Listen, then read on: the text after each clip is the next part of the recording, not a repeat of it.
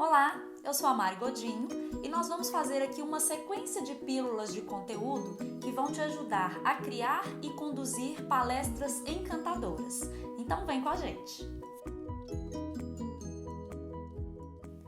A primeira pílula é sobre o medo de se expor e o medo de falar em público. Nós vamos conversar agora sobre esse assunto. Talvez você já tenha deixado alguma oportunidade passar, já tenha negado algum convite por causa desse medo. Vamos entender por que ele acontece?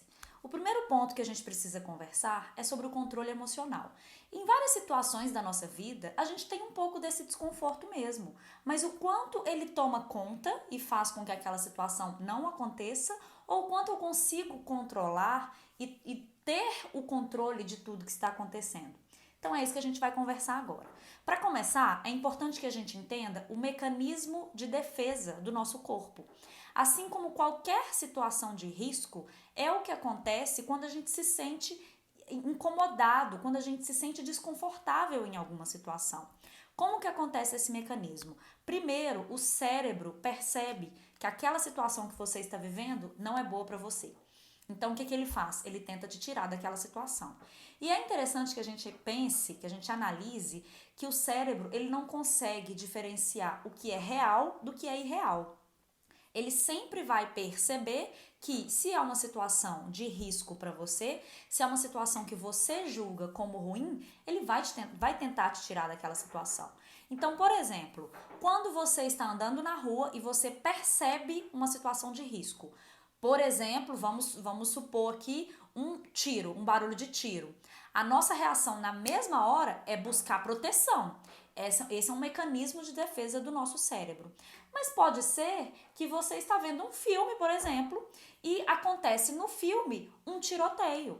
Você tem aquele incômodo da mesma forma. Você não sai para procurar proteção, mas você se sente incomodado, você fica agoniada, você fica desconfortável com aquela situação. Esse é o exemplo de como que o cérebro não consegue notar o que é real, ele não consegue diferenciar o que é real do que é irreal. É por isso que em qualquer situação o cérebro acaba fazendo todo esse mecanismo acontecer. Então você está lá se preparando para uma palestra, ou ainda nem se preparou. Você simplesmente coloca na sua cabeça que aquela situação é terrível, que é um momento muito ruim para você. O seu cérebro vai agir tentando te tirar daquela situação. É aí que vem as reações que geralmente as pessoas falam. Dá branco, fica trêmulo, você fica tremendo demais ou fica suando muito. Existem essas situações, né? Que a pessoa vai falar, fica com aquela pizza embaixo do braço ali, de tanto que a pessoa está desconfortável com a situação. Então a gente tem que começar a pensar nisso. Que tipo de informação eu estou mandando para o meu cérebro? Eu estou mandando para o meu cérebro a informação de que aquela situação é terrível e que aquilo vai me fazer muito mal? Quanto mais você manda essa informação para o seu cérebro, mais ele vai tentar tirar daquela situação. E aí, como que funciona o mecanismo? O cérebro se vê naquela situação. Então, eu tenho pavor de barata. Toda vez que eu vejo uma barata, eu mando a informação pro meu cérebro que é: vou morrer, essa barata vai me matar. O que o meu cérebro faz na hora? Ele libera adrenalina no meu corpo. Essa adrenalina é o que vai fazer eu ter energia para, no caso da barata, sair correndo. Só que em outras situações, por exemplo, o exemplo de você estar andando na rua e você escuta um barulho de tiro. Beleza, você vai ter a adrenalina no seu corpo, você vai ter a energia e realmente você vai sair correndo, você vai procurar segurança. Em se tratando de uma palestra, você não vai sair correndo.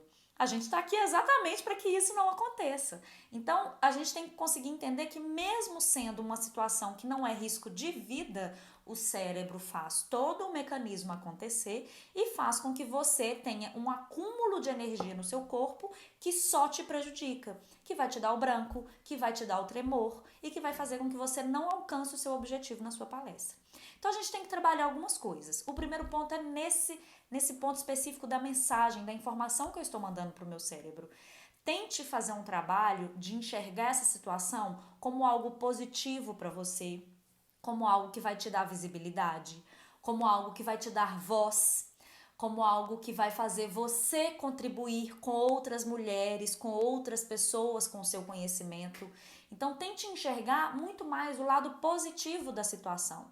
Aí tem pessoas que falam assim, ah, Mari, mas eu não consigo fazer o negócio do pensamento positivo. Nestes casos, ao invés de você ficar alimentando a situação negativa, que é, meu Deus, o que vai acontecer? E se eu falar errado? E se me der branco? Como que as pessoas vão pensar sobre mim? O que as pessoas vão pensar sobre mim? Passe a pensar em coisas que você gosta. Ok, você não consegue pensar positivo. Sempre que você se pegar pensando em coisas ruins sobre a sua palestra, passe a pensar em coisas que você gosta. Na última viagem que você fez, alguma comida que você gosta de comer, a programação para o final de semana ou a próxima viagem que você vai fazer, que aí ao invés de liberar adrenalina no seu corpo, você libera outras substâncias que geram prazer, que geram calma, que geram satisfação, e aí todo esse mecanismo acaba não acontecendo. Isso tudo é uma preparação. Eu preciso me preparar para aquela situação. Não é algo que simplesmente eu vou e faço. Toda palestra, ela começa muito antes do momento em si da palestra, para bons palestrantes. Tem palestrantes que não se preocupam com isso. Então a gente tem que começar a pensar nesses aspectos também antes da preparação. Esse controle emocional, ele não vem só no momento. Se eu deixar para fazer esse controle emocional só no momento, ele não vai funcionar. Eu tenho que pensar, enquanto eu estou planejando a minha palestra, como eu vou lidar também com o meu controle emocional. E aí existem algumas atividades que a gente pode fazer, alguns exercícios que a gente pode fazer desde antes e também no momento que te ajudam muito. Um deles é a respiração. Uma coisa que todo mundo fala, calma, respira, mas existe uma respiração mais adequada para que a gente consiga realmente ter um controle emocional, que é a respiração profunda. A gente chama de respiração diafragmática, que é, ao invés de subir a parte do peito, sobe a parte da barriga, do estômago. O nosso pulmão, ele vem até aqui. Para que ele encha profundamente, eu preciso dar espaço para ele encher, senão ele não vai encher. Então, como que funciona essa respiração diafragmática? Pode fazer aí você agora. Põe uma mão aqui em cima e uma mão aqui na altura do seu estômago.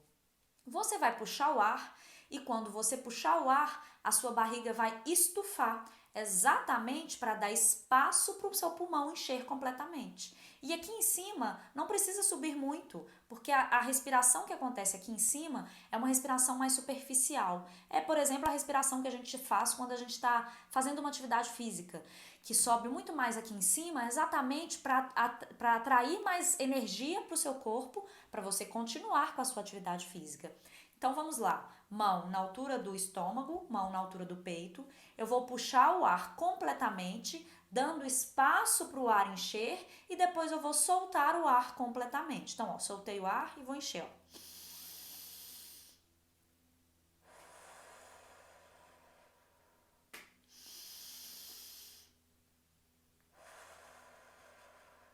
Essa mão aqui, se você notar, ela quase não se movimenta. Essa aqui se movimenta mais, porque eu estou estufando a barriga para dar espaço para o meu pulmão encher.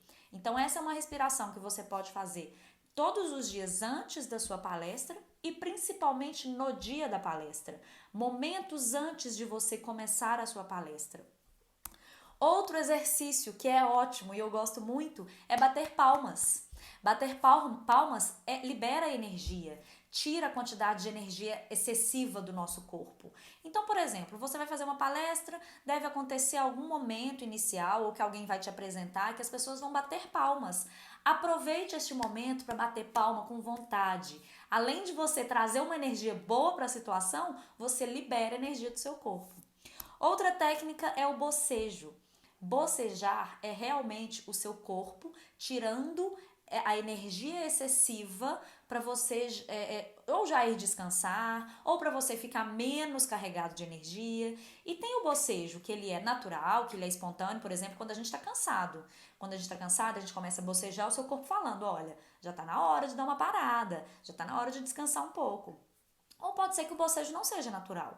Eu posso fazer um bocejo que ele é forçado a acontecer. Claro que, vamos imaginar que você está lá sentada na sua cadeira esperando ser convidada para a sua palestra. Você não vai fazer um bocejo que seja exagerado. Isso fica até ruim para você, mas você pode fazer um bocejo que é mais contido. Por exemplo, ninguém vai ver, ninguém vai notar. É até interessante, se você quiser fazer isso quando você estiver em uma situação com mais privacidade, você faz um leve barulho, um barulho suave ao final do bocejo, assim, ó. É excelente. O bocejo é uma ótima técnica para liberar a energia do corpo. Provavelmente você me viu bocejando ou você viu a imagem aqui e também bocejou. Comece a notar o quanto parece que você fica mais leve quando você boceja. Então é uma ferramenta muito boa.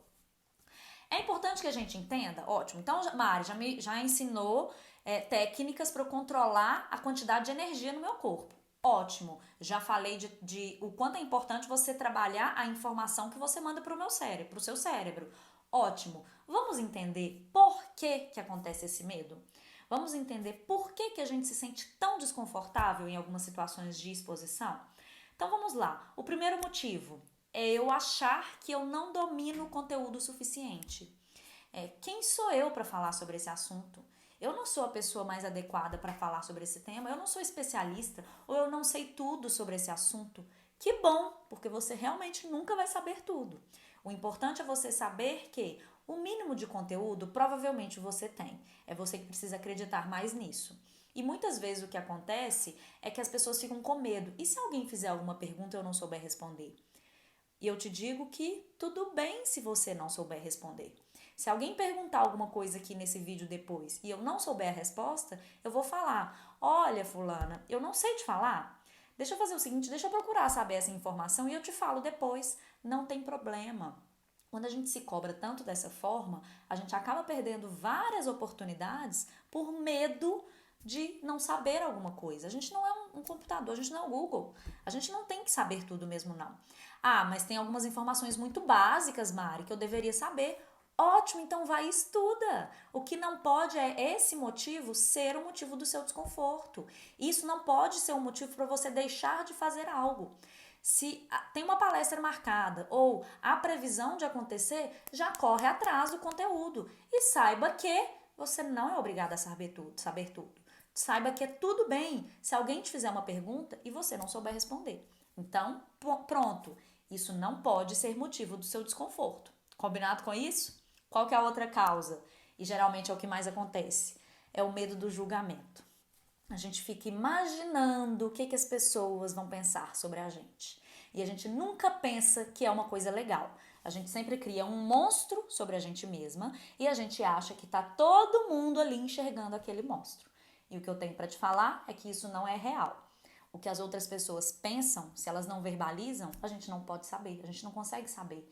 E aí faz sentido eu ficar imaginando o que os outros podem pensar sobre mim? Eu já vou criando um monstro que é totalmente irreal de uma forma totalmente desnecessária. Então pare de se preocupar com isso. Se você se preparou, se você tem o domínio para falar sobre o conteúdo, se você sabe o seu propósito ali naquele momento, pronto, simplesmente vai e faz. E aí tem um outro aspecto que também é importante a gente trabalhar, que é saber lidar com o julgamento e com a crítica alheia. É importante que a gente trabalhe isso. É importante que eu aprenda a lidar com esse julgamento, porque as pessoas vão julgar mesmo, as pessoas vão criticar mesmo, as pessoas são assim. Mas até que ponto eu vou me deixar levar pelo que o outro está pensando sobre mim? Até que ponto eu vou me prejudicar porque eu fico ali nervosa, tensa, porque eu estou preocupada com o que os outros estão pensando sobre mim? Então, amiga, vai e faz. Não fica preocupada com o que os outros estão pensando de você, não. Claro que você tem que aprender a receber crítica também. As pessoas às vezes pensam e não falam, e aí a gente não tem nada com isso. Mas às vezes as pessoas pensam e falam, e verbalizam. Fulano, eu não gostei disso que você falou. Eu não acho que isso que você falou faz sentido. Eu não acho que você está falando de uma forma legal. Enfim, posso listar aqui uma lista de várias críticas que as pessoas podem te fazer. Como que eu lido com isso? É simples, mas é um trabalho forte e intenso que a gente precisa fazer diariamente. Alguém falou algo, você vai prestar atenção naquilo que a pessoa está falando, você vai levar em consideração o quanto aquilo realmente é relevante para você e pode te ajudar, pode ajudar os seus resultados, pode melhorar a sua palestra e vai absorver, se sim for algo útil. Ah, já levei em consideração, já ouvi, notei que é algo totalmente indiferente para mim ou que eu já sabia. independente do que essa pessoa falou ou não, eu já sabia que era assim. Por exemplo, usei uma fonte que não estava dando para ver direito. Tudo bem, eu já sabia. Entrou em um ouvido, saiu em outro e pronto, a vida que segue. A gente não pode... muitas pessoas ficam muito abaladas quando recebem uma crítica. E é isso que não pode acontecer, porque crítica a gente vai receber sempre. Ouviu, absorveu, faz sentido pra mim? Ok, vou atuar naquilo. Faz sentido pra mim? Não. Descartei, vou embora, bola pra frente, a vida que segue. Isso não pode ser um motivo para você ficar tão desconfortável e tão tensa diante de uma situação. Última causa desse medo, desse desconforto, é a falta de prática. É a falta de experiência. E aí serve para qualquer coisa na nossa vida. Se você me falar, Mari, nunca fiz uma palestra na minha vida. A primeira palestra que eu vou fazer vai ser linda, maravilhosa? Pode ser que não. Pode ser que suas primeiras palestras não sejam lá grandes coisas. É igual andar de bicicleta. Se eu nunca andei de bicicleta na vida, as primeiras vezes que eu for pegar a bicicleta e dar uma volta, não vai ser muito legal. Vou ficar com a perna roxa porque o pedal vai bater na minha canela, vou desequilibrar em alguns momentos, não vou conseguir fazer longas distâncias porque eu não tenho prática. Eu vou ficar desconfortável, vou ficar com medo, principalmente se eu estiver em uma via que tem carros também. Eu vou ter medo daquela situação. Mas com o tempo e com a prática, eu vou ganhando cada vez mais habilidade e segurança. Eu trouxe o exemplo aqui da corrida. Correr é assim, se você nunca correu, corrida de rua, vai ser assim, a primeira vez você já vai fazer uma corrida excelente de 10 quilômetros. Não, você vai começar caminhando, depois você vai intercalar corrida com caminhada. É a mesma coisa com palestras. Se eu não tenho costume de dar palestras, se eu não tenho essa experiência, eu preciso aceitar que as minhas primeiras palestras não serão assim grandes coisas e que eu vou ficar um pouco desconfortável sim, porque faz parte. E o que eu faço então para ganhar essa experiência se eu ainda não dei palestras? Você pratica, você corre atrás, você simula a situação, você chama pessoas para te assistirem, você faz vídeo, você faz você mesma ganhar essa intimidade com essa situação. E aí eu vou deixar aqui uma atividade para vocês. Sempre depois de um conteúdo, a gente precisa praticar, senão aquele conteúdo não vale de nada. E aí, o que eu quero deixar para vocês é exatamente essas atividades. Primeiro, você vai falar sobre o assunto que você quiser de frente para o espelho, como se você estivesse ministrando uma palestra, mas você sozinha de frente para o espelho. Parece que eu sou doida, parece que coisa estranha, é desconfortável. Mas é assim mesmo. Se você nunca falou de frente para o espelho, vai ser desconfortável e vai ser estranho. Depois, você vai se gravar falando sobre esse tema. Liga o seu celular lá, liga a câmera do computador e se grave falando sobre aquilo, também simulando que você está ministrando uma palestra. Depois, você vai reunir alguns amigos e vai pedir para que eles te assistam e te deem feedbacks. Então, este é um momento super importante. Você já treinou sozinha, já treinou se gravando e assistiu em seguida, e agora você vai treinar simulando mais aquela situação. E vai colher os feedbacks dos seus amigos para ver o que levando em consideração aquela regrinha, o que é importante que você vai levar em consideração, e o que é importante que não vai mudar nada para você.